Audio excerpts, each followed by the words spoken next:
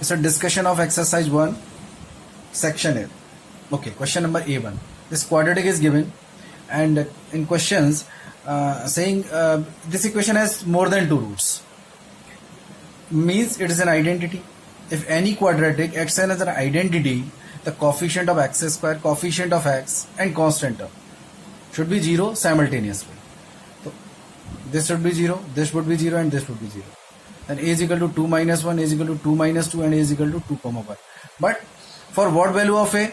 All three coefficients are 0. A is equal to 2.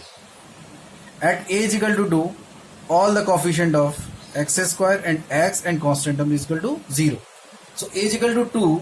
This equation acts as an identity, satisfy more than two values of x.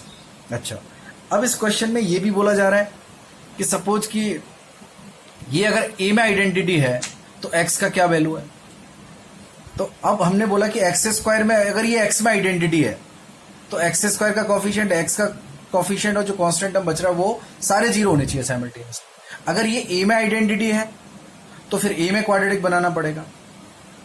अगर हम ये बोला जा रहा है कि ये आइडेंटिटी a में हो गया तो x का वैल्यू क्या होगा, तो फिर a में क्वाड्रेटिक बनाओ तो a स्क्वायर वाले के साथ ये आएगा, देखो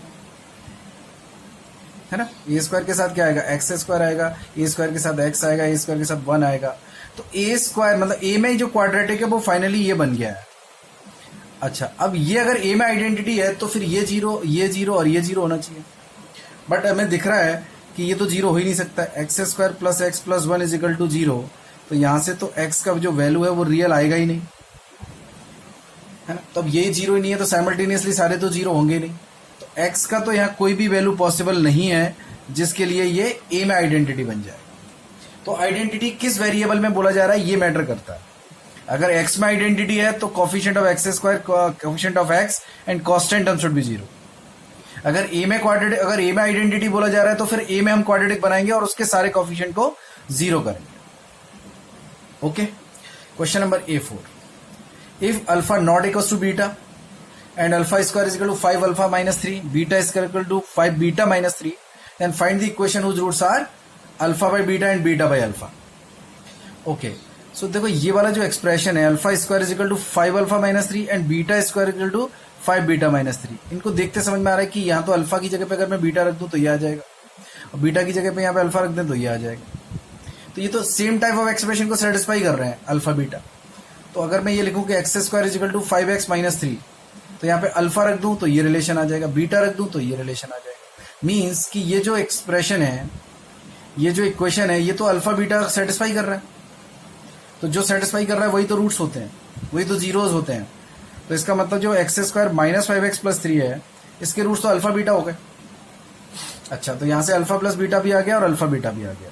okay, and now you have to find the equation whose roots are alpha by beta and beta by alpha. So find sum of the roots alpha by beta and beta by alpha. Simple calculation, 19 by 3. And product of the roots, इन दोनों का product कितना आ गया, 1 आ गया. तो equation will be x square minus sum of the roots x plus 1 is equal to 0. मतलब product कितना है, 1. मतलब सिंपल ये वाला लॉजिक लगा रहे हैं, x square plus s x plus p is equal to 0. Sum of the roots and product of the roots. Question number A7. ABC belongs to R, A not equals to 0, and AX square plus BX plus C is equal to 0 has roots alpha and beta. Then express the roots of this equation in terms of alpha and beta. पहले क्या बोला जा रहा है कि ये equation है जिसके रूट्स अल्फा बीटा है, एंड एक दूसरा इक्वेशन दिया गया ए क्यू एक्स स्क्वायर ये वाला. अब इसके जो रूट्स आएंगे उनको अल्फा बीटा के टर्म्स में लिखना है, ये क्वेश्चन. तो सपोज कि इसके जो रूट्स हैं वो x1 x2 हैं. सपोज इसके रूट x1 x2 सपोज कर लिए, तो सम ऑफ द रूट्स क्या हो जाएगा, minus A B C upon A cube. A से ए कैंसिल हो गया तो minus B C upon A square. Okay, अब इसको हम ऐसे लिख सकते हैं कि minus B by C, sorry एक minute, no minus B by A है ये नीचे स्क्वायर, तो माइनस बी बाई ये वाला पार्ट अलग कर दिया, सी बाई ये वाला पार्ट अलग कर दिया. अच्छा, अब इसको देखते समझ में आ रहा है कि ये तो अल्फा प्लस बीटा का वैल्यू है, ये तो अल्फा बीटा का वैल्यू है, तो ये हो गया. तो ऐसे लिख सकते हैं इसके समेशन को, अल्टीमेटली ये कहना चाह रहे हैं, मतलब यहाँ पे मल्टीप्लाई कर दिया. अब देखो प्रोडक्ट ऑफ द रूट्स क्या है, जो x1 x2 माने c बाई ए, मतलब c का मतलब यहाँ पे c क्यूब है, a का मतलब यहाँ a क्यूब है. तो ये अल्फा बीटा का क्यूब आ गया, क्योंकि अल्फा बीटा क्या होगा, c बाई ए. तो दोनों रूट्स का प्रोडक्ट तो ये आ रहा है और दोनों रूट का समीशन ये आ रहा है। अब ये जो समीशन वाले फॉर्म में लिखे हैं, इन्हीं को अगर मैं मल्टीप्लाई करूं, ये दोनों को मल्टीप्लाई करूं तो यही आ जाएगा। यानी कि एक रूट ये है, दूसरा रूट ये है, तो समीशन तो यही हो गया। और प्रोडक्ट इन दोनों का प्रोडक्ट क्या आ रहा है? Alpha cube beta cube. तो जो रूट्स हैं वो क्या है? वो यही रूट्स हो गए। फिर इस इक्वेशन के जो रूट्स आ रहे हैं वो क्या हो गए? एक हो गया अल्फा स्क्वायर बीटा और एक हो गया बीटा स्क्वायर अल्फा। ये है क्वेश्चन नंबर 8। देखो, x square minus p x plus q is equal to 0 has roots alpha beta and x square minus px plus r is equal to 0 has roots alpha minus 2 and beta plus 2. Okay, you have to prove this one. Okay, तो alpha plus beta, देखो यहां से पहली equation से alpha plus beta क्या हो गया? p हो गया। अल्फा बीटा कितना हो गया? q हो गया। यहां से इन दोनों का समेशन कितना आ रहा है? अल्फा प्लस बीटा ही आ रहा है, वो भी p ही है। और इन दोनों का जो प्रोडक्ट है alpha beta 2 alpha minus 2 beta minus 4, तो वही हो गया। तो प्रोडक्ट ऑफ द रूट्स क्या हो गया यहाँ पे? ये हो गया r। अच्छा, अब देखो अल्फा बीटा क्या है? अल्फा बीटा का वैल्यू तो क्यू आ रहा है। अच्छा, क्यू रख दिया, मतलब एक मिनट, क्यू हो गया, हाँ, और ये 4 हो गया, तो इसको उधर ले जाओ, तो r प्लस 4 माइनस क्यू। अब देखो यहाँ पे ये वाला एक्सप्रेशन मुझे दिख रहा है, r प्लस 4 माइनस क्यू, तो यहाँ से 2 कॉमन लिया तो अल्फा माइनस बीटा बचा। अब अल्फा माइनस बीटा का अगर हम स्क्वायर करें, देखो यहाँ स्क्वायर भी हो रहा है, तो यहाँ से समझ में आ रहा है कि कैसे कैलकुलेशन को स्टेप आगे ले जाना है। तो अल्फा माइनस बीटा का होल स्क्वायर आ गया 4 और ये r प्लस 4 माइनस क्यू का स्क्वायर। अब अल्फा माइनस बीटा का होल स्क्वायर क्या लिख सकते हैं? अल्फा माइनस बीटा का होल स्क्वायर क्या लिख सकते हैं? तो इसको लिख सकते हैं अल्फा प्लस बीटा का होल स्क्वायर और माइनस के 4 अल्फा बीटा। ये अब ये देखो यहाँ पे आ गया, क्योंकि अल्फा प्लस बीटा का होल स्क्वायर क्या है? अल्फा प्लस बीटा क्या है? p, तो p स्क्वायर हो गया, और माइनस 4 अल्फा बीटा क्या है? q, तो भी यहाँ पे रख दिया।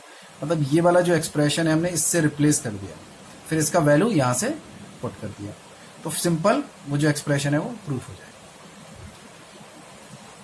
अच्छा, अगले क्वेश्चन में A9 में क्या हो रहा है? देखो, A9 एक क्वाड्रेटिक है और इस क्वाड्रेटिक के रूट्स बोले जा रहे हैं कि एक जो रूट है, one root is the nth power of other root.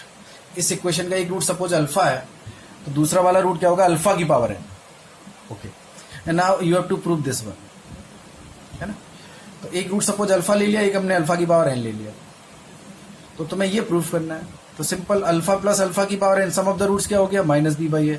Product of the roots क्या हो गया? अल्फा की power n plus 1 C by A. तो यहां से अल्फा का वैल्यू निकालो, कितना आएगा? सी बाई ए की power n plus 1, 1 upon n plus 1, और यहां रिप्लेस कर दो। कुल मिला के तुम्हें इन दोनों इक्वेशन से अल्फा को एलिमिनेट करना है, दैट्स इट। तो अल्फा अगर यहाँ पे आएगा, देखो, तो ये कितना हो जाएगा? सी बाई ए की power n upon n plus 1 plus यहाँ पे आएगा सी बाई ए की power 1 upon n plus 1 is equal to minus B by A. A से मल्टीप्लाई किया, बी को उधर ले गए, तो ये आ गया। यानी यहां तक सिंपल कैलकुलेशन पहुंच गई है, लेकिन प्रूफ तो ये करना है। तो जो प्रूफ वाला एक्सप्रेशन है उसमें देखो सी की पावर n आ रहा है, ए सी की पावर n, और यहाँ ए की पावर n सी आ रहा है। तो ये वाला एक्सप्रेशन देखो पहले यहाँ, तो इस सी बाई ए की power n upon n plus 1 है, तो इसमें से पावर n ले लो पहले इसमें। अच्छा, यहाँ से a से मल्टीप्लाई करें, हम यहाँ पहुंच गए थे। ओके, तो सी बाई ए, सी का पावर कितना हो गया? n upon n plus 1। ए का पावर कितना है नीचे? n upon n plus 1। अब जब ये a नीचे जाएगा, है ना, a का पावर कितना हो गया यहाँ पे? n upon n plus 1 into A का पावर माइनस 1। जब ये नीचे डिनोमिनेटर में जाएगा, तो ये जब पावर ऐड हो जाएगा ये, तो n upon n plus 1 minus 1, तो ये कितना हो जाएगा? देखो सिंपल, n माइनस ऑफ, हाँ, तो n से n कट गया, minus of 1 upon n plus 1, तो minus of 1 plus n plus 1। देखो, तो अब यहां से क्या बोल सकते हैं? अब c की पावर n अलग सेपरेट कर लिया मैंने, उसकी पावर में 1 अपॉन n प्लस 1। ए की पावर माइनस 1 अलग सेपरेट कर लिया, उसकी पावर में 1 अपॉन n प्लस 1। तो ये लिख सकते हैं, ए ऊपर जाएगा तो ये हो जाएगा। सेम स्टेप इसमें कैलकुलेशन है, यहाँ इस कैलकुलेशन में भी वही चीज है। तो सिंपल सी कैलकुलेशन के बाद हम प्रूफ कर सकते हैं। थोड़ी पावर वाली कैलकुलेशन है, उसके अलावा कुछ भी नहीं। अब तो एक्सरसाइज 1 सेक्शन है objective. Question is the root of the equation b minus c x square plus c minus a x plus a minus b is equal to 0 are. What the roots of this equation? Okay, अब देखो यहाँ पे क्या हो रहा है कि जो कॉफिशिएंट्स हैं ये, इन कॉफिशिएंट को जब मैंने ऐड किया तो साइक्लिक ऑर्डर में दिख रहा है। देखो इनको देखते समझ में आ रहा है कि हाँ इनका समीशन तो 0 आ रहा है। तो अगर कोई भी क्वाड्रेटिक है, सपोज तुम्हारे पास, ये नोट डाल के लिख सकते हो इसको, सपोज ये कोई क्वाड्रेटिक है और इसके जो कॉफिशिएंट्स हैं a प्लस बी प्लस सी, उन सबका समीशन क्या आ रहा है, 0 आ रहा है। तो यहाँ से हम ये बोल सकते हैं कि 1 तो फिर इसको सेटिस्फाई करेगा। अगर मैं यहाँ पे 1 रख दूँ तो क्या आएगा, a प्लस बी प्लस सी, और a प्लस बी प्लस सी 0 हमें गिवन है, तो 1 तो सेटिस्फाई कर गया, तो 1 तो इसका एक रूट हो गया फिर। अच्छा, इसका एक रूट अगर 1 है, अगर इसका एक रूट 1 है और दूसरा रूट सपोज अल्फा है, तो उन दोनों का प्रोडक्ट कितना हो गया, 1 इंटू अल्फा कितना हो गया, सी बाई ए। तो अल्फा कितना आ गया, सी बाई ए। तो अदर रूट क्या आ गया, सी बाई ए आ गया। एक रूट तो 1 आ ही रहा था क्योंकि वो समेशन कितना आ रहा है, कॉफिशिएंट का 0 आ रहा है, तो इसका मतलब 1 सेटिस्फाई कर रहा है उसको। तो इसका मतलब ये नोट हम लिख सकते हैं कि अगर किसी भी क्वाड्रेटिक के कॉफिशिएंट का समेशन 0 आएगा तो डेफिनेटली एक रूट तो उसका 1 हो जाएगा और फिर दूसरा रूट हो जाएगा सी बाई। तो सिमिलरली यहां से अगर बोले तो यहाँ पे सी का मतलब तो ए माइनस बी है और ए का मतलब बी माइनस सी है, तो एक रूट तो हो जाएगा A minus B upon B minus C, और एक रूट तो अगर समीशन 0 आ रहा है तो एक रूट तो क्या हो गया, 1 आ गया। तो ये वाला नोट कर सकते हैं। A2 question is x square plus p x plus q is equal to 0 has roots alpha beta, x square plus p x minus r is equal to 0 has roots gamma delta, and you have to find the value of this expression alpha minus gamma alpha minus delta. Okay, तो जब इन दोनों का multiply करके देखा हमने तो ये आ रहा है कुछ alpha square minus gamma alpha delta sorry and gamma delta. तो देखो अल्फा स्क्वायर, अब देखो यहाँ पे क्या हो रहा है, गामा डेल्टा की वैल्यू कितना आएगा, प्रोडक्ट ऑफ द रूट्स कितना आएगा, माइनस आर, और गामा प्लस डेल्टा कितना आएगा, माइनस पी।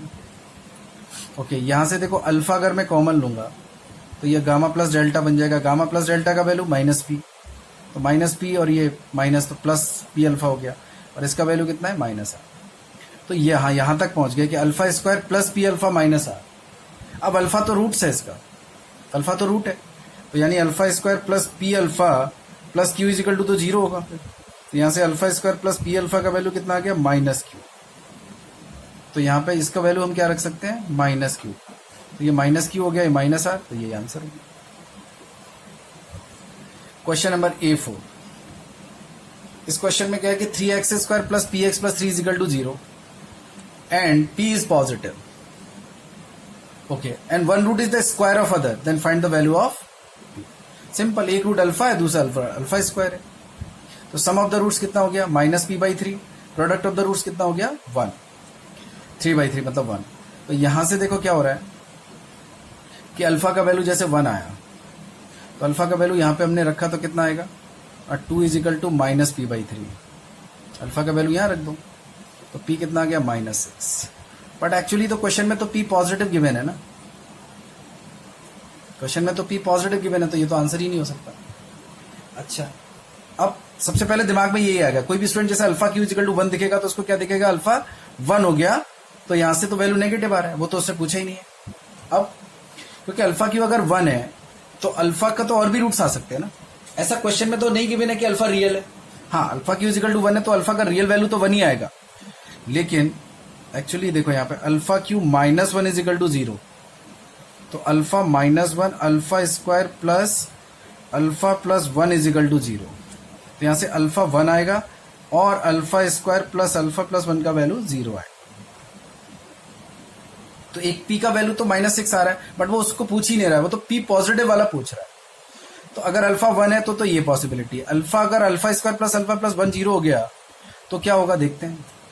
तो देखो alpha square plus alpha plus 1 0 है, तो अल्फा स्क्वायर प्लस अल्फा का वैल्यू तो -1 हो गया, तो यहाँ पे हम -1 रख सकते हैं, तो -1 is equal to minus p by 3। तो यहाँ से p का कितना वैल्यू आ रहा है, 3।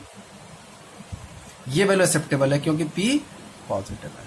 बट जब हम कैलकुलेशन करते हैं तो सबसे पहले अल्फा क्यू 1 दिखेगा तो मैं अल्फा 1 ही दिमाग में आएगा, है ना, इसलिए थोड़ा सा अच्छा क्वेश्चन।